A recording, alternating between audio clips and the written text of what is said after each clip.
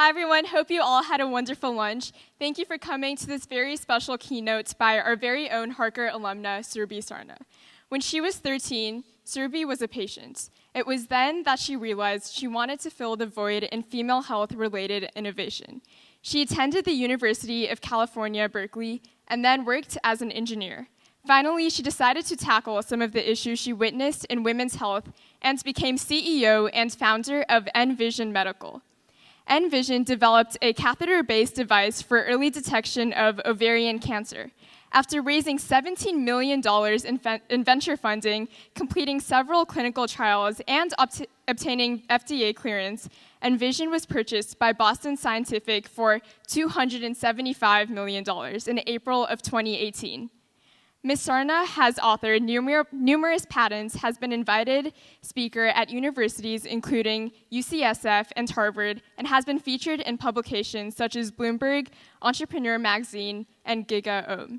She was on the 2014 Forbes 30 Under 30 list in science and healthcare. Throughout the presentation, if you have questions, feel free to use Slido. There is a URL projected on both slides with the code, and she will be answering them at the end. So without further ado, please give it up for Ms. Sarna.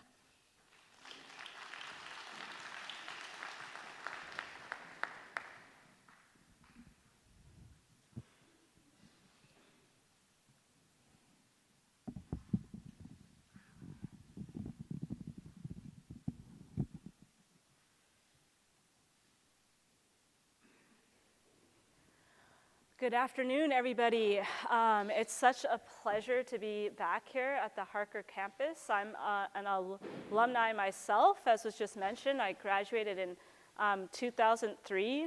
And thank you so much to the Harker family and to Ms. Chetty for inviting me back here today.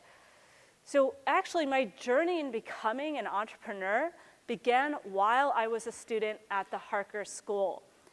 I was completing a homework assignment at home, writing a paper on Emerson, when all of a sudden I felt such a sharp pang of pain in my side that I passed out.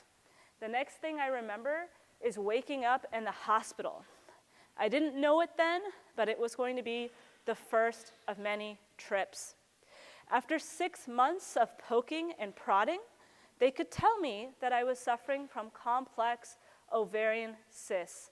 But what they couldn't tell me is whether or not that cyst was cancerous. From the unnecessarily long diagnostic times to the lack of therapeutic options, I realized that women's health is absolutely not where it should be, and I began my journey to become an entrepreneur so that other mothers and daughters didn't have to go through what we did at the time. And this is a picture of my mom and I from our wedding day, many, many years later. So the first thing, bringing it back to Emerson, is who I was writing on the time for Miss Middlestadt, who used to teach English here.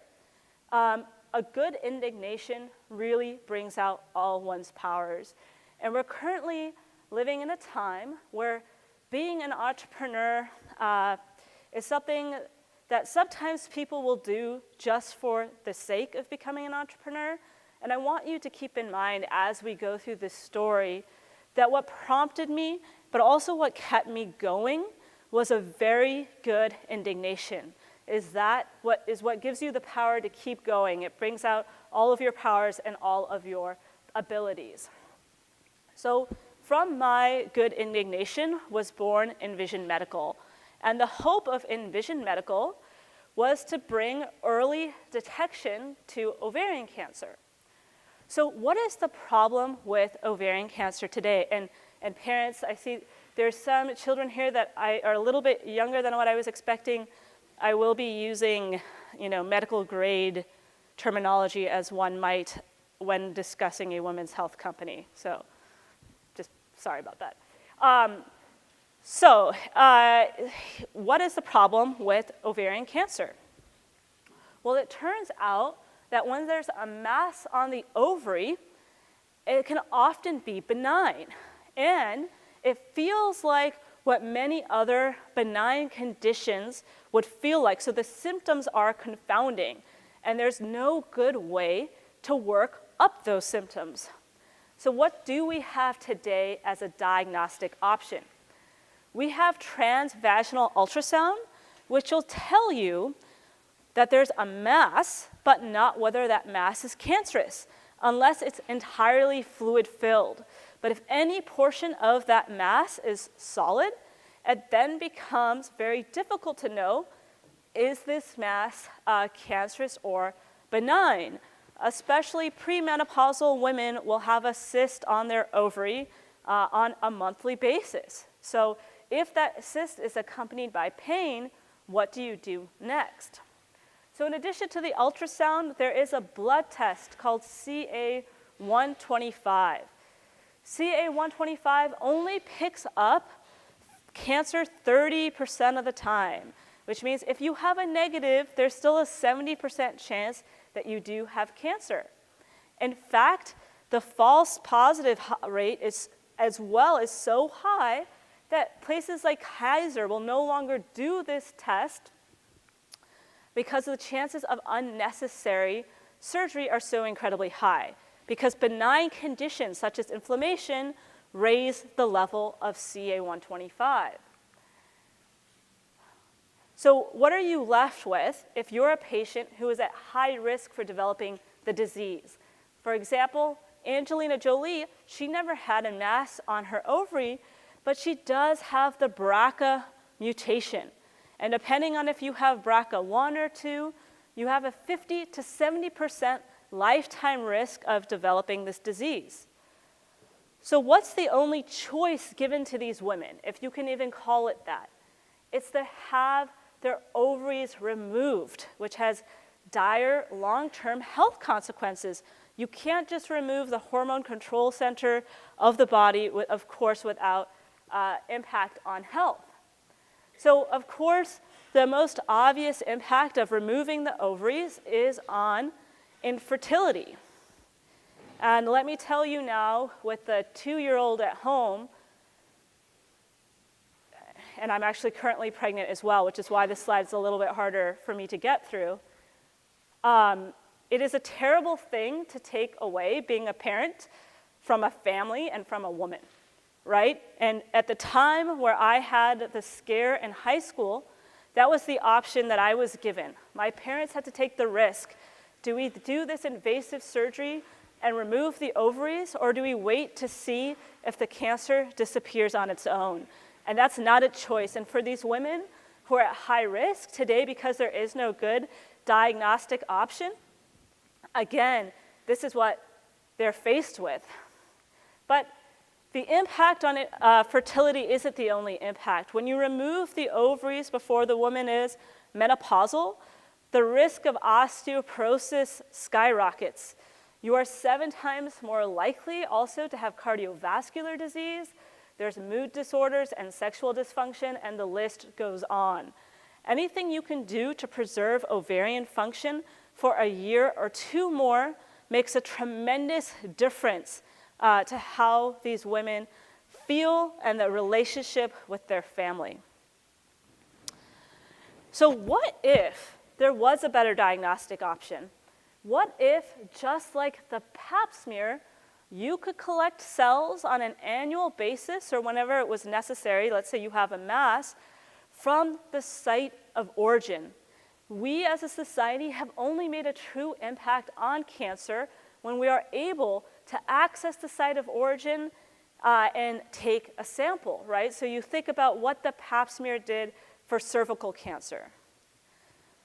So it turns out in the last decade, there have been mountains of evidence, and it's now conclusive, that ovarian cancer is a misnomer. It should actually be called fallopian tube cancer, and that the most invasive, lethal forms of ovarian cancer begin in the fallopian tube.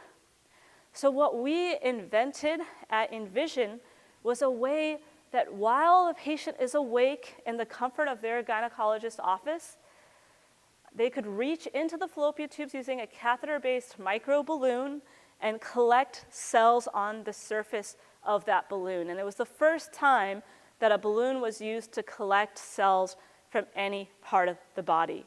So what this enables us to do is now, on an annual basis, these high-risk patients, they can have cells collected, look for malignancy, and if the patient has a mass like I did, they can then go in and actually take a sample. Today, you cannot take a sample from a mass on the ovary because the risk of spreading the cancer is too high. So every guideline says, do not go in with the biopsy needle and biopsy the ovary. But biopsying the length of the fallopian tube with an atraumatic balloon catheter is entirely another story. Sorry, I have to look back to make sure the clicker is actually going through. My apologies. And while the technology is new that accesses the fallopian tube, the concept of looking at cells and looking for malignancy isn't. So we are enabling the physician with a tool, with a mechanical way of accessing those cells without necessarily having to go into the molecular science part of it. But soon, once we do enter the molecular science part of it, with these cell samples, we'll not only be able to say, do you have cancer today or do you not? We will be able to say, your 5-year risk or your 2-year risk of developing cancer is X%. Therefore, empowering the patient to make their own healthcare decisions. So,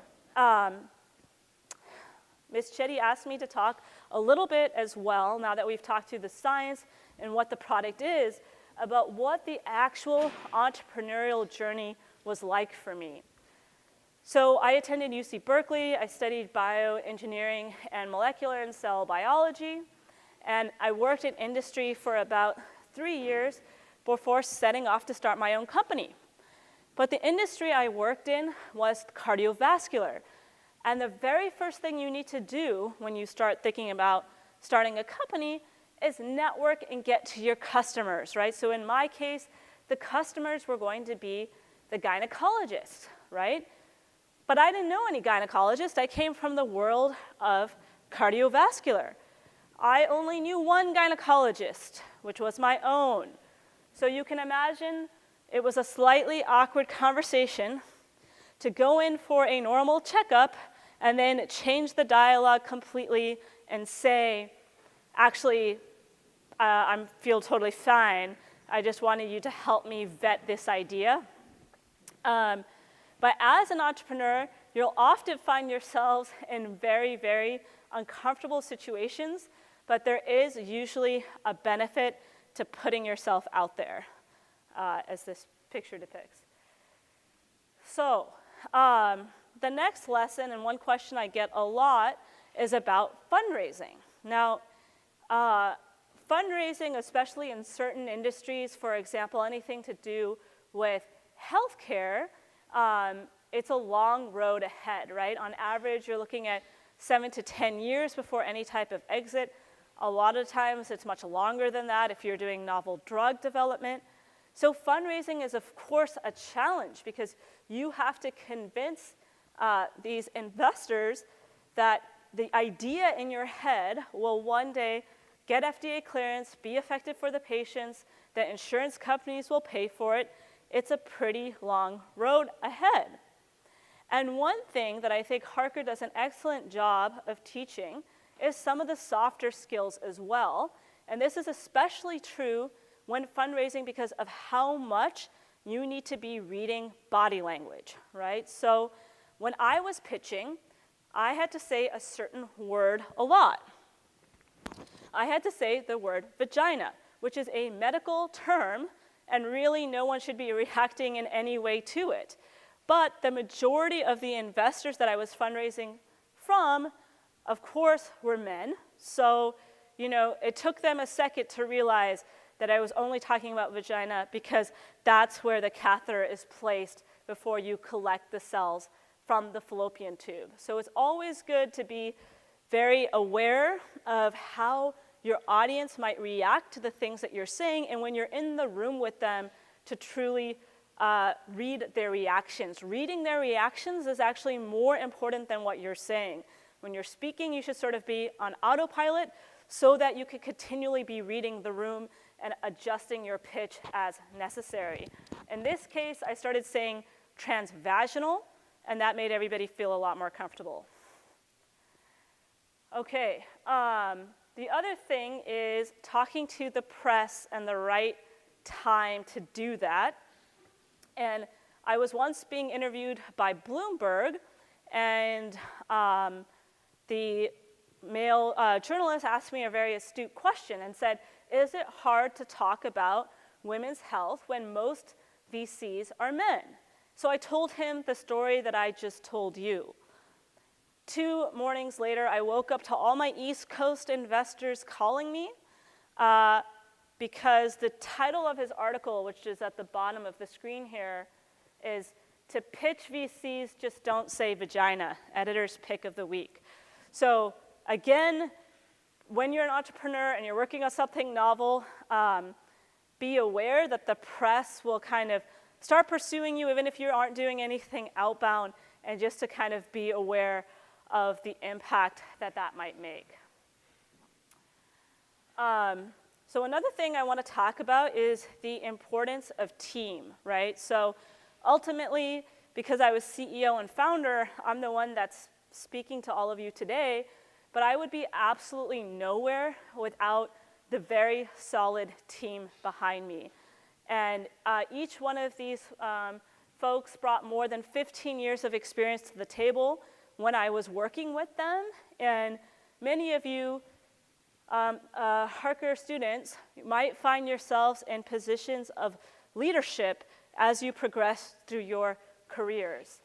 But one thing that I want you to think about is that when people choose to work for you or follow you, they are making the choice to spend more time helping you develop your vision than they are with their own family.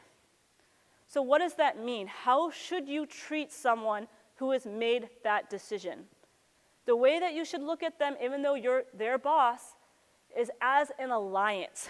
Make sure that every day they're coming to work and they're getting as much out of the experience as they're putting in, right? So, for example, if there's an area in their career, either soft skills or hard skills that they want to develop, see if you can carve out time for them and give them extra assignments. You know, happiness at work means that even through the acquisition of last year, a lot of times when startups get acquired, people leave, we still have 100% retention rate over a span of 5 years.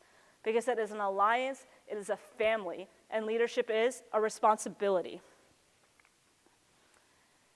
So this is the timeline overall, just to give everyone sort of a sense of the scope of work that it takes. In 2009, the very first paper was published that said ovarian cancer begins in the fallopian tube. And though it was one study, it was published by the National Cancer Institute, and I thought it was pretty interesting, but I knew I had to wait until several other papers were published to see what, if that original hypothesis was correct. And about 2011, a couple of years later, there were about 30 papers published, and the gyne community had sort of started accepting that, yes, we are missing this lethal disease because we're looking in the wrong place, and it actually starts in the fallopian tube. So I set out in 2011 to raise my first round of funding, and that was for $350,000 to build a prototype. It took me about 1 year to raise that money because I was pitching based on a slide deck and a dream. But I was lucky enough, finally, right before my first patent expired, that an investor came in and wrote for them relatively small checks so I could get the journey going. By 2013, we had built our very first prototype, and with that, I raised $4.5 million to get into our clinical studies. And venture capitalists are very reasonable. I'm sorry, that was kind of a joke. If you're a venture capitalist, my apologies. But venture capitalists, being very reasonable, said, Surbhi, with this $4.5 million, we not only want you to get into first-in-woman or first-in-human clinical trials, but we also want you to get FDA clearance. Well, there's a couple of hurdles there. First, a catheter had never been cleared to access the full length of the full length of the fallopian tube for any reason, though other companies had tried. So we couldn't say, look at this other product, these are the risks, you should feel comfortable to the FDA. Second, a balloon had never been used to collect cells from the fallopian tube. So what we did is first we did a 40-patient study demonstrating that we could access the proximal portion of the fallopian tube or the first 2 centimeters. And as we accessed that, we showed a very high adequacy rate. 95% of our cell samples were adequate. And with this data, the FDA said, okay, we are more familiar with the proximal part of the fallopian tube, so we will give you clearance. And so that happened in 2015. So we became the first device with a balloon cleared to collect cells. After that, we needed to demonstrate that we could indeed access the full length of the fallopian tube safely. So we did that as well. And with another 40 patients, 80 samples, this time our adequacy rate jumped to 99% because, of course, we were accessing more of the fallopian tube. With that clearance, I raised another round of funding, this time for $12 million. And the goal was now, okay, we've demonstrated that you can safely access the fallopian tubes and pick up a sample that's adequate, but you've never demonstrated, is it possible to pick up malignant cells? In that study, we showed out of 40 samples, the 5 times that there were malignancy, we were successfully able to pick up the malignancy. And we also never said that there was cancer when there indeed was not. So our rate of calling benign was also accurate. So with all of that data and the FDA clearances, we started getting inbound interest from larger corporations for the sale. And then finally, I would like to say it concluded the journey. It didn't. I'm still working to get this product to market.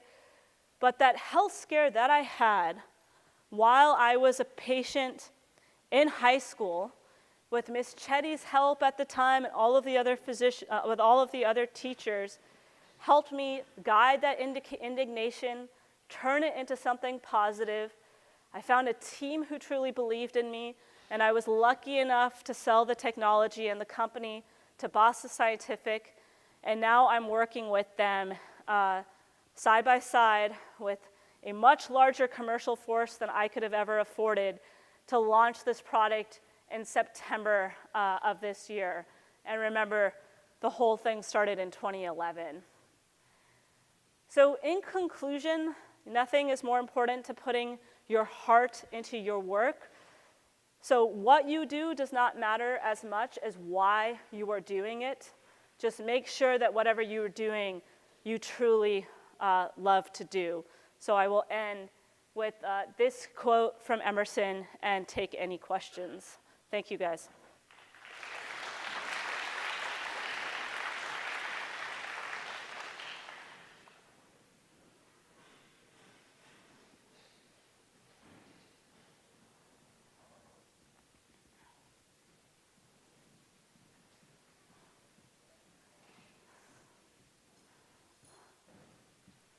Thank you so much, Surbhi, for your very inspiring talk. Some audience members have asked some questions, so you can just respond to them. Great. So the first one is, how does what you created help women in third world countries? What needs to happen for them to benefit from your invention? Yeah, so medical devices have a very interesting relationship with developing countries. And one of our goals over the next few years after we focus on the US launch will to be create a lower cost device for those developing countries.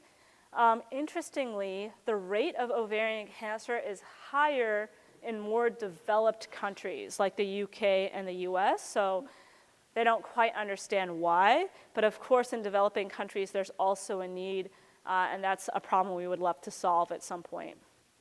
Awesome, awesome. At what point did you become serious about this issue and believed you needed to make a change? I think after that first time that I passed out. No, so when I was a patient, I realized that this was something that I wanted to dedicate my life to changing. But I think when I was working as an engineer at a startup after I worked at a larger corporation, my grandma's breast cancer came back. So she came out of remission.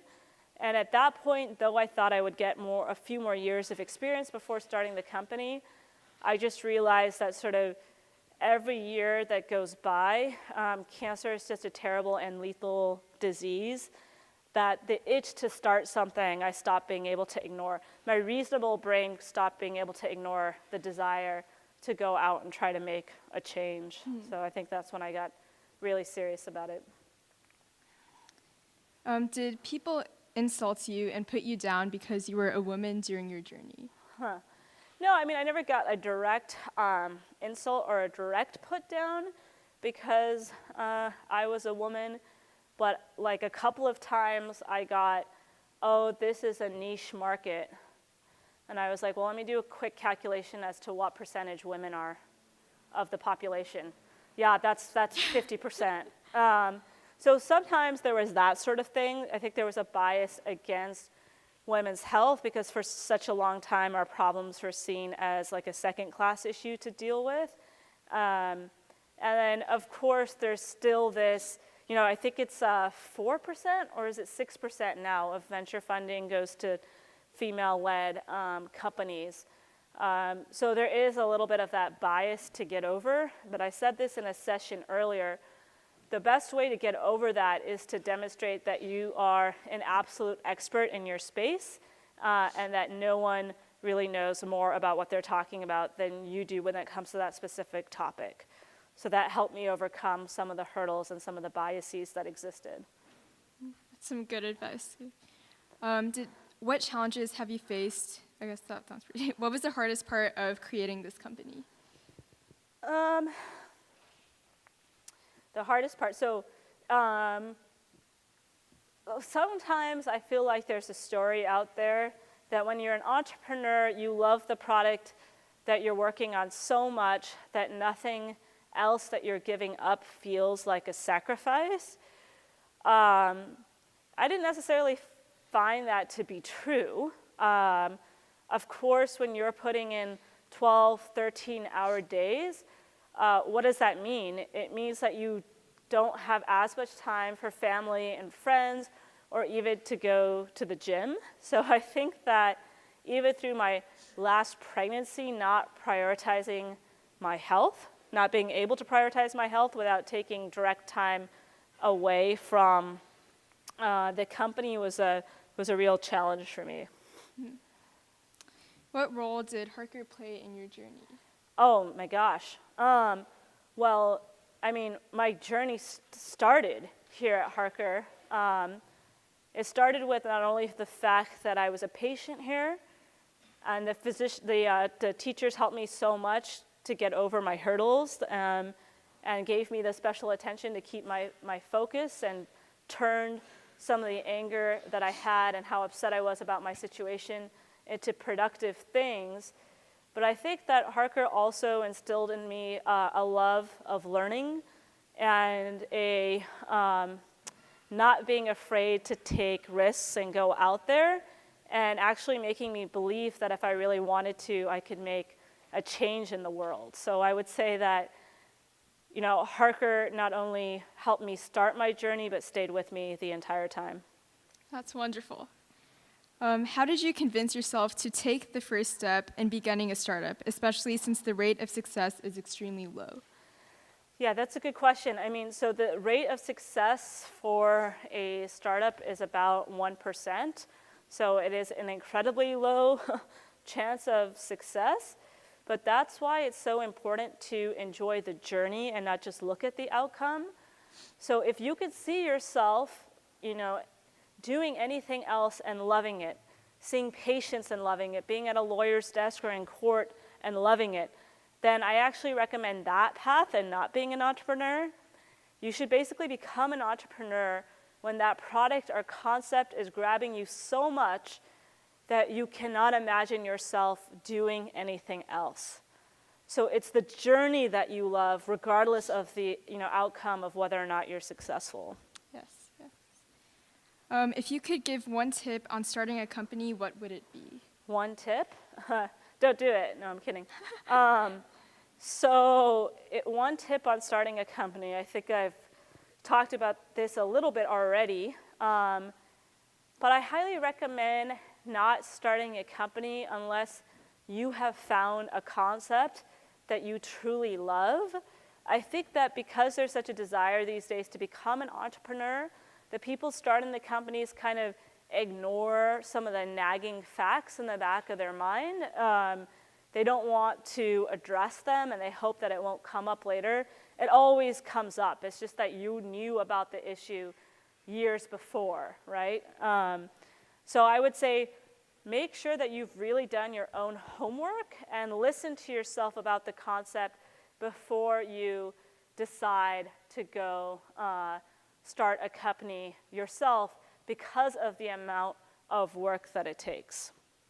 And last thing, someone said, not a question, but has to be said, thank you for all of the work that you've done. And thank you from all of us as well for coming here today. Of course. Thank you so much, guys.